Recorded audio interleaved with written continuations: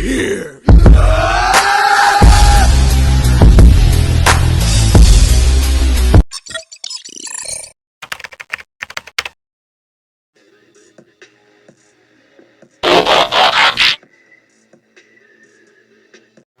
Decepticons, prepare for battle.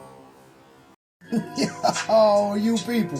What it is, it's your boy Figure Elite, and welcome back to the Toy Department. Today we're going down aisle A7, Transformers, Legacy United, Tarn, on deck in the Toy Department. So yo, this was one of those ones that stayed on my radar. And I'm not really sure how long it's been. Maybe about 5 years, could be 4, could be 3, I'm not really sure. But he was on my radar. Tarn being like top notch for me, right? Megatron, you have all your Decepticons, Megatron being top tier. Tarn with the DJD top tier, right? So Tarn is like right up there, neck and neck with Megatron as far as like my favorite Decepticons. And this is not just the pick of the litter or whatever. I know the background of Tarn. I'm not going to get into it. But I know his background, and I know exactly what my man stands for. Classical music, him being obsessed with transforming, and you know, just everything about him, right? But the main thing that kicks in for me with Tarn is the fact that his mask is a Decepticon logo, and behind that mask is his regular face. But this is what we usually see, is that Decepticon logo. So when I seen him IDW first appearance, when I was seeing some third-party hookups for Tarn, especially the ones that didn't transform, the price points, all that good stuff. So I've been looking for the dude, right? But it was just, it had to be the right moment. I had to be right with being okay with parting with my pockets. And this Legacy hookup was the one. It just took me so long to get him. Now, I've had this dude for months now, but at the same time, you know, it just took me forever to get my hands on him. Tarn and the Decepticon Justice Division. You know, it's him, it's Voss, Kaon, Helix, Tessaris, and the Pet, right? And to go into each and every one of them, I'm not going to do it, but that is the Justice Division. And, you know, what they do is, you know, they have that list. And those Decepticons that defect, okay, whether they shaking the spot, you know, during a war or abandoning their duties, you know, they going after them, okay? And one and all, they went after Megatron, okay? And in the process of going after Megatron, when he, you know, traded in his Decepticon roots for an Autobot rebirth, you know, they tore Ravage apart looking for this cat. So they are not playing, all right? That whole Justice Division, they do not play. So if you don't know about Tarn, if you don't know about the division, I would say IDW be your best run to kind of figure that out. And what I'm saying by that is, of course, if you don't have the time or the, you know, to just find these particular comic books and have them in your collection, or if you don't already have them, best bet is to just look on YouTube and just look at the basics on Tarn or the basics on the Justice Division, and it'll tell you. And you'll see how much carnage and just chaos that just comes out of this particular hookup. But Tarn, this is my dude. His color scheme, the grays, the golds, the purple, of course the purple, right? And to top it all off, once again, I hate to keep going back to that mask, but that mask being the Decepticon logo, that is what sealed the deal for me. So when I got him, I was just ecstatic, pretty much. There was really nothing that was stopping me from like breaking this dude out, messing with him, hitting the transform, you know, posing him up, seeing, you know, what it is. Because I seen a couple of videos. I try not to spoil it for myself, but I seen a couple of videos on people that were reviewing him or whatnot. Now, some of those people knew who he was, and some of those people didn't. They was just, you know, they collect Transformers, so Transformer come out, they grab it, review it, do whatever it is that they need to do, and then they move on with their day. Me having Tarn in my collection, so to put next to Megatron, to put next to a certain other character, and then to have my Decepticons laid out, because that Decepticons play a really big part in my Transformer collection. I have way more Decepticons than I do Autobots, and getting Tarn was just one of those things that just I had no other choice. So with him, this whole thing is the question of outside of having him, just knowing about him, does his like loyalties lie with Megatron? Like, is he a Soundwave or a Shockwave or whatever?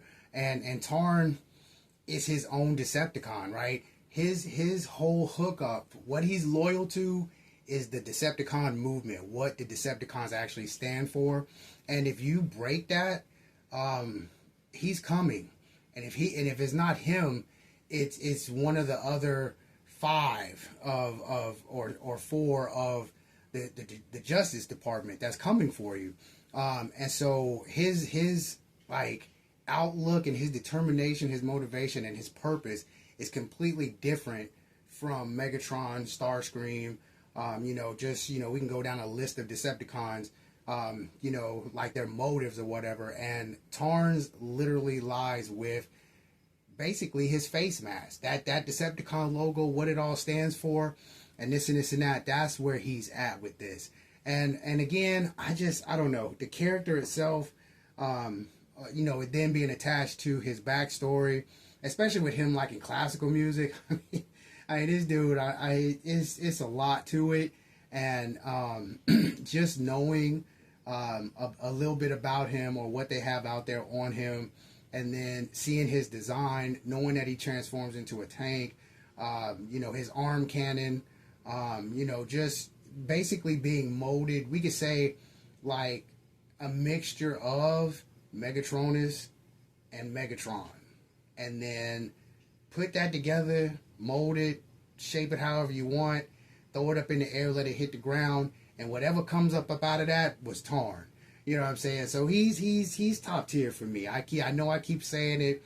I know I keep going back to it as far as like the mask and where he stands. But that is my point with this particular figure. With me having him, I am super excited because I have plans when it's time. I have plans to, do certain things with him, Megatron, some other characters, especially when it comes to my display and how I want to put them up and have them set, whatever.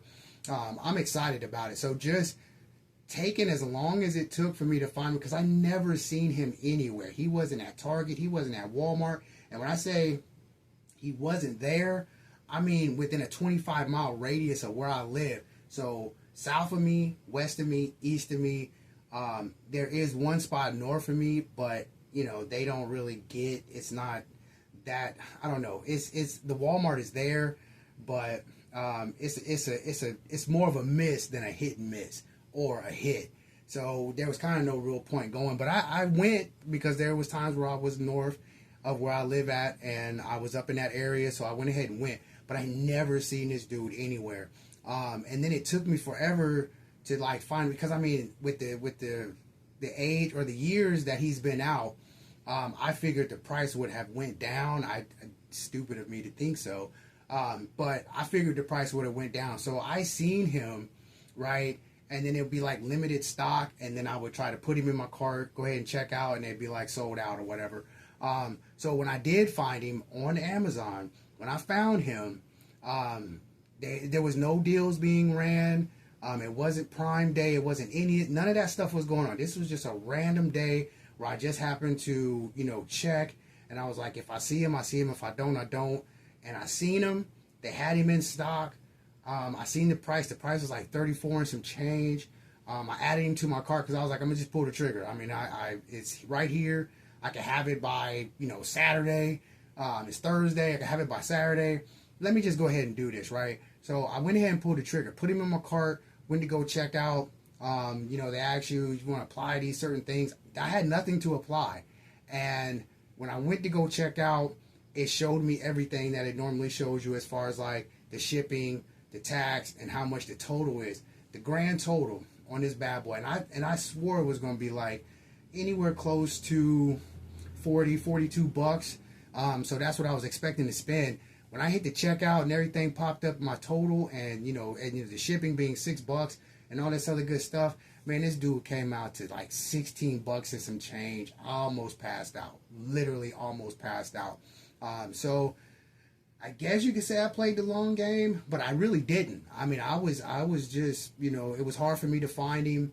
And then online, it would say everything was good to go, but then when you go to check out, it say sold out, right?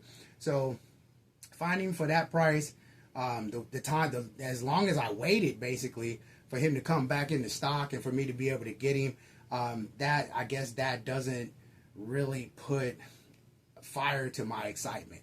You would have to literally be here with me and see me messing with this cat. So, you people, I'm not going to hold you. You know how we do it. Always, always stay in God's grace. And into the next run, hey, yo, honey, no change. Peace.